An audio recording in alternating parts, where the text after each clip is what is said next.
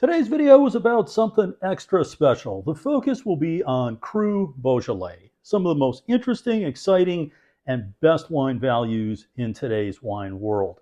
Included will be an interview with Jonathan Pey. He's a longtime California winemaker who's now producing some incredible wines from Beaujolais. In addition, I'll talk a bit about the region, also some of what to look for when you're out shopping for the wines, and also included will be a tasting of two benchmark Cru Beaujolais. The region of Beaujolais is in eastern France, a bit south of the town of Macon, a bit north of Lyon. This is continental climate with warm summers and cold winters. The region is planted to 98% Gamay, a relative grape variety to Pinot Noir. The wines tend to be light to medium bodied with high acidity and low to moderate tannin levels. The best examples show an incredible range of purity of fruit character. The southern part of the region is quite flat. It produces vast amounts of basic Beaujolais and Beaujolais Villages. Further to the north is home of Cru Beaujolais, where the terrain changes. Higher elevation, it's hillier, more granite-based soils, and oftentimes older vines, sometimes 50-year plus. Here, much of the vineyard work is done by hand. This is a place that has sensational wines, mostly priced in that 20 to 40 range. At the base level, Beaujolais and Beaujolais Villages, including Nouveau, are simple, fresh, bright, fruity wines made for near-term consumption. They're produced on a mass scale and they are priced accordingly. Cru Beaujolais is a very different story. The wines are labeled by their individual cru or place of origin.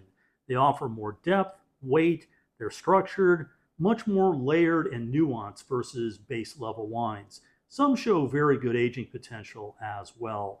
These are artisanal wines with a sense of place, usually made in small amounts. Availability will vary by market, but the level of exports has increased in recent years. In the description below, I'll include a list of wines to search out. So in recent years, Cru Beaujolais has become very trendy.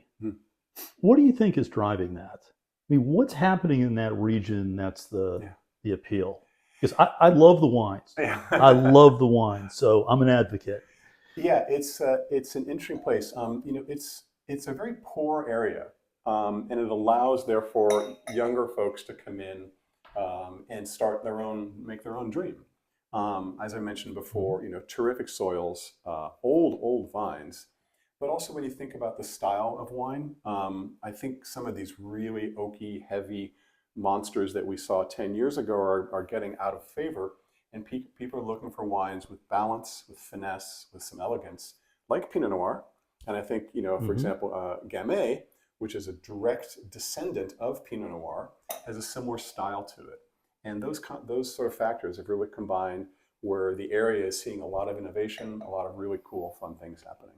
So tell us a little bit of what you can expect with Cru Beaujolais versus basic Beaujolais, Beaujolais Village, which seems to be everywhere. It really seems to drive a lot of the business, but the interest is all with Cru Beaujolais. Yeah, it's a small region that starts out very flat, but then goes up into hills. And the hills is typically where the best crus are, the Morgon, the Fleury, the Moulin à Vent. In the flats, you're going to have much richer, more types of soils that are going to be able to produce higher quantities of grapes. Since it's flatter, a lot of this can be mechanizable with tractors. So that's going to be the place where they're producing more volume than real quality. There are exceptions, of course. So consider it really as almost two places, Beaujolais and Beaujolais Village, and even the Nouveau is going to be really grown in the flats. The truly great wines of terroir, the Morgon, Fleury, Moulin à Vent, are going to be up on those slopes, 300 meters, 400 meters, 500 meters. Some of them with slopes that are this steep, are remarkably difficult to farm. Yeah, you have very fit calves. Yeah, it's a workout for sure. So with Cru Beaujolais, there are 10. Do you feel there is really a discernible difference between the 10? I mean, for me, it's a little bit like they can be grouped into maybe two or three groups. Or three buckets, yeah. But what's your thought on that? Yeah, I think, again, some of the crus, and I've got a map on my website which shows, it's a soil map of all the different soils. There were 15,000 holes dug by the region to really understand the soils. And again, lower down, it's going to be flat, right? But if we were going to compare the crus of, let's say, Fleury, Moulin-à-Vent, and Morgon, I want to really think about the higher elevation places there. That's really where the terroir is going to show its true differences. Moulin-à-Vent is actually one of the lower elevated crus.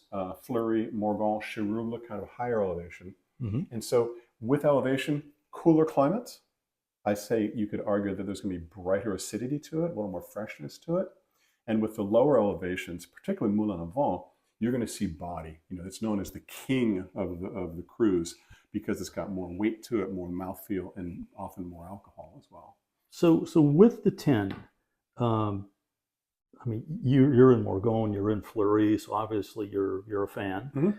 Are there any other crus that you feel are very distinctively unique? Yeah, there's one, tiny one called Chirouble, which is sometimes hard to find in the United States, but it's just this mishmash of steep vineyards, tiny little parcels, and when done well, it really it can produce some lovely, lovely wines. The other one is the Côte de Brouilly. This is the coast. These are the slopes. Generally, all steep vineyards. Another smaller appellation, a little more rugged, a little more tannic style. And you brought one here today. The first wine that we're tasting is the 2022 Jonathan Pey Morgon. This wine sells for approximately $35. Yep, this is my Morgon 22. It's from the lieu-dit of Bellevue. Bellevue means beautiful view. Obviously, if you're high altitude, you typically have a beautiful view. What I love about it is you can see Mont Blanc in the Alps from this vineyard. That's amazing. On a clear day. It's that close to Switzerland, and we're that high up. So it's really wonderful.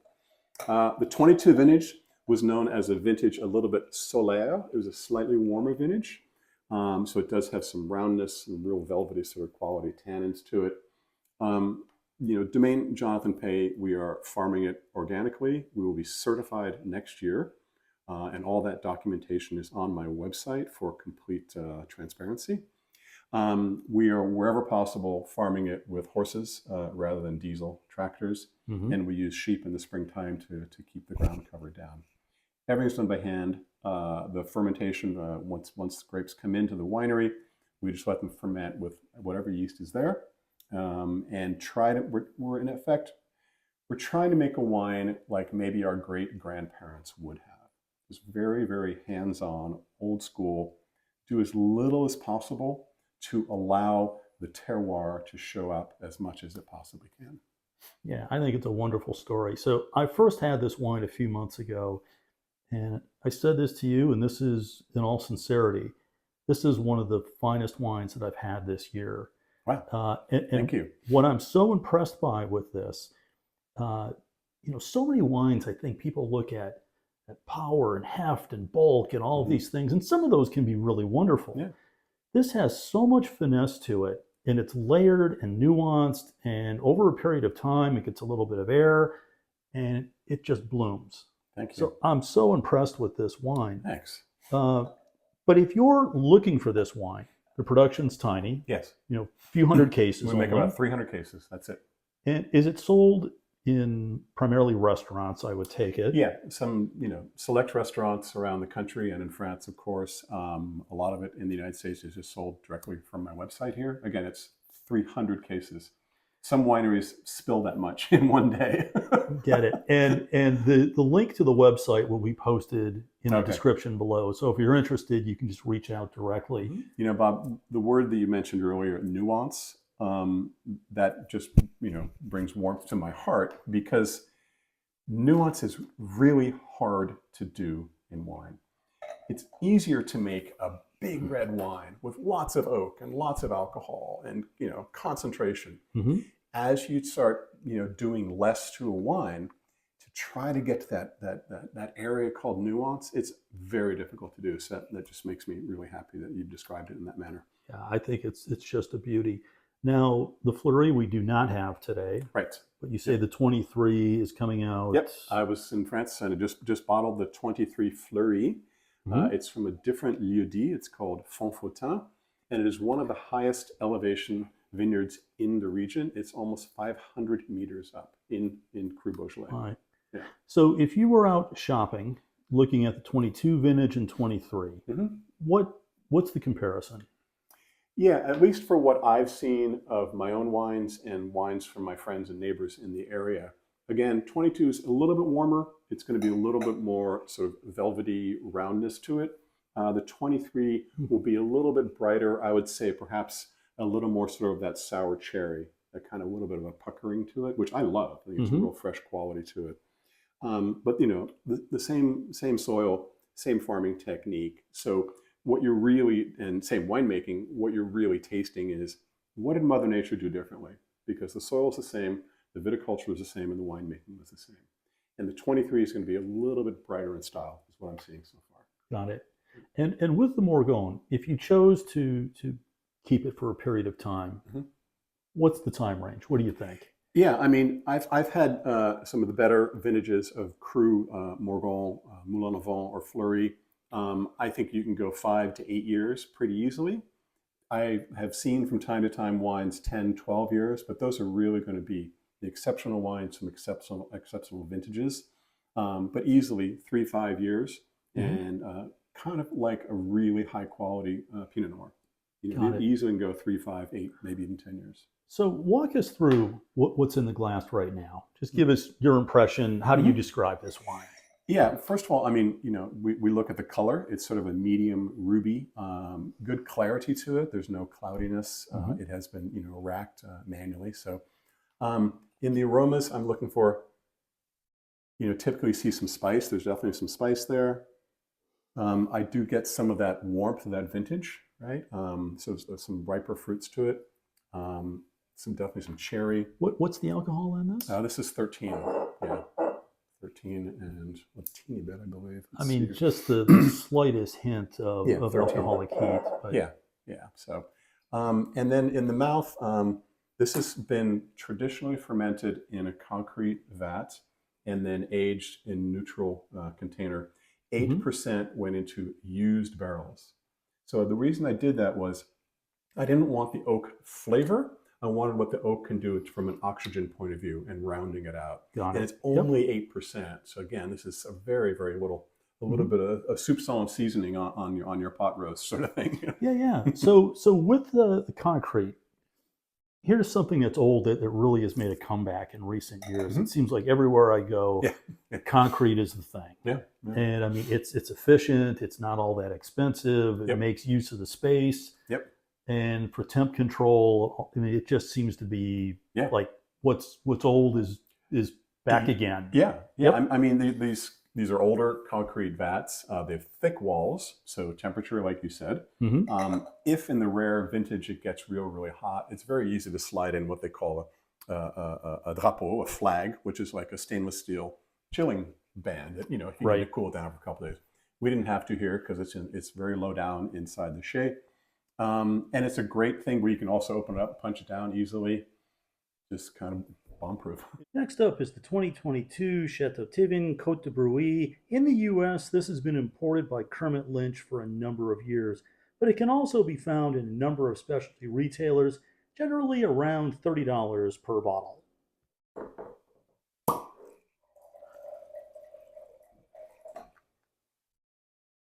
So, John, we have two Cru Beaujolais. We have yours, and we have the Tivin, the Côte de Brouilly, both 2022. Let's taste these side by side, and I'm curious to get your impression. Yeah. I mean, initially, when you compare the colors are very similar. Same vintage, and I would imagine that the Côte de Brouilly is also sort of an altitude vineyard. It's on the côte, much like my Morgon is an altitude vineyard. The color looks virtually identical. Virtually the same, yeah. I mean, I get some a little bit more sort of rustic quality out of the Côte de Brouilly. Then my Morgon seems a little bit fresher, a little bit riper fruit to it, perhaps. What are your thoughts? I think a little more intensity as well with yours. The fruit character seems to be more well defined and a bit more pronounced. Yep. But I love the way they both smell. Tiva's got some weight to it, certainly. I think I'd use the word it's a little more rustic, and maybe even a bit angular than my Morgon seems to be a little bit rounder, but not like too soft and plush. What do you think? Yeah, I think with the Côte de Brouilly, there's a bit more acidity as well. I mean, they both have very nice length, good purity. They're really wonderful, but slightly different versions. Do you think these are very indicative of what you would find from Morgon and Côte de Brouilly? Yeah, I think they're pretty close. Again, we're talking about parts of these crus at elevation, right? These are going to be 400 or 500 meters in not just the Beaujolais area, not just the Beaujolais Village area, but in the Cru area, and not just in the Cru area, but in the elevated parts of the Cru area. So yeah, they're good representatives, I think. I mean, really two beautiful wines, slightly different versions. Yeah. The third and final wine was one that I had misplaced in my cellar for a number of years. It's a 20-plus-year-old Morgon in Magnum from an excellent source, and the wine had been well cellared, but it's from a so-so vintage for Cru Beaujolais. I knew this was a long shot, but I thought, why not give it a go? Turned out exactly as expected. The wine was completely out of condition. We talked off camera that we're sort of estimating that Gamay in the world, where most of the vineyards, clearly most of them are in the Beaujolais and the Cru area. North of 80%, I would guess, maybe even 90%. There's a little bit in the Loire Valley. But after that, it drops off like a cliff, So let me ask you this. What do you see as the future of Beaujolais? And look, it looks to be catching on in certain circles, and I see a broader audience of people that are interested in it. Do you think Gamay actually has a future in some other places around the world because of the increased popularity from Beaujolais? Yeah, I think as some of the bigger style reds maybe go out of favor in particularly the New World, like let's just say Syrah or Merlot, I think Gamay could be an option to produce a medium-bodied red, much like Pinot Noir. It can crop somewhat decently, depending on it, and produces a style that's sort of a little more enjoyable every day rather than these big monster over oak things. You would probably not want to plant it in the hottest areas like the Central Valley, but along the coast in California, I think it would do just fine. The challenge becomes the economics. Can a farmer sell the grapes for enough price when that same piece of land might be able to make Pinot Noir for $5,000 a ton? And that story plays out time and time again. Yeah. I mean, within the region itself of Beaujolais and Cru, I see a move towards even more quality, certainly. The idea of Nouveau 20 years ago was a really big deal. It's now just a little bit really that's used in France and Japan. Right. And that's kind of it. Right. And those tend to be the lowest quality vineyards, the most productive, big quantities, and it allows a family there to grow a big crop and make some money to live their lives. But I think the best vineyards in the Crus are going to continue to show, and that's really where the future is in the region. Well, I'll tell you, the wines that I've had in recent years, I've been a fan of Cru Beaujolais for a long time. But to me, this is like the golden age for the region. Absolutely. There's just incredible wines coming, and I'm sure that'll continue. But so many interesting artisanal wines, and they have a true sense of place. And I think for a lot of people, that's what wine's all about. That's what got me into it 38 years ago. And when you compare the prices of a good Cru Beaujolais in a retail store, you're talking about $25 to $40 for a wine from a 70-year-old vineyard. Absolutely. Of true terroir. And then there are some Pinot Noirs grown on the West Coast here that are $90 a bottle, $100 a bottle. Then you go to Burgundy, and it's $200 a bottle. So or half a house payment. Or half a house payment. Yeah. Incredible value in these Crus, and I encourage folks to check them out. If you've not yet subscribed, please consider doing so right now. Also, hit the like button and definitely hit the notification bell. That way you'll be kept up to speed on all things happening here. As for me, I pulled out the big boy wine glass. I'm going to be drinking a little of the Morgon a little later tonight. I hope you're drinking something interesting as well. If you have any questions, please post it down below. I always do my best to follow up on each and every one. And please stop back again before too long. Cheers.